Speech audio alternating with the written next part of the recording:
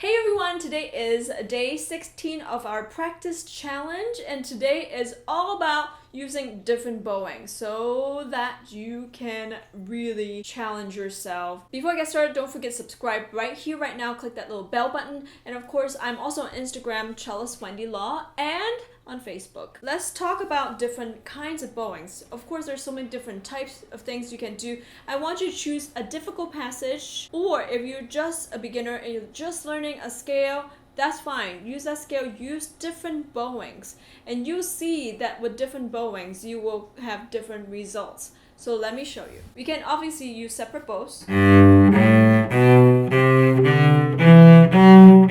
We can do 2 to bow, 3 to bow,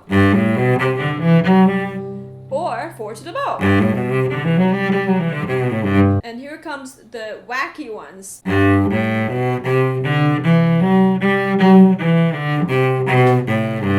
Or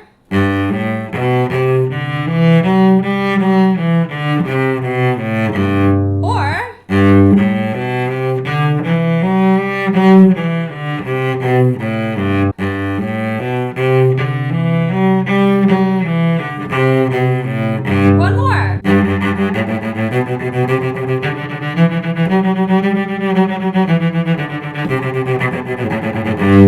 Okay, I can go on and on and on. There are so many different bowings that you can use. I actually want you to create your own bowings, different bowings.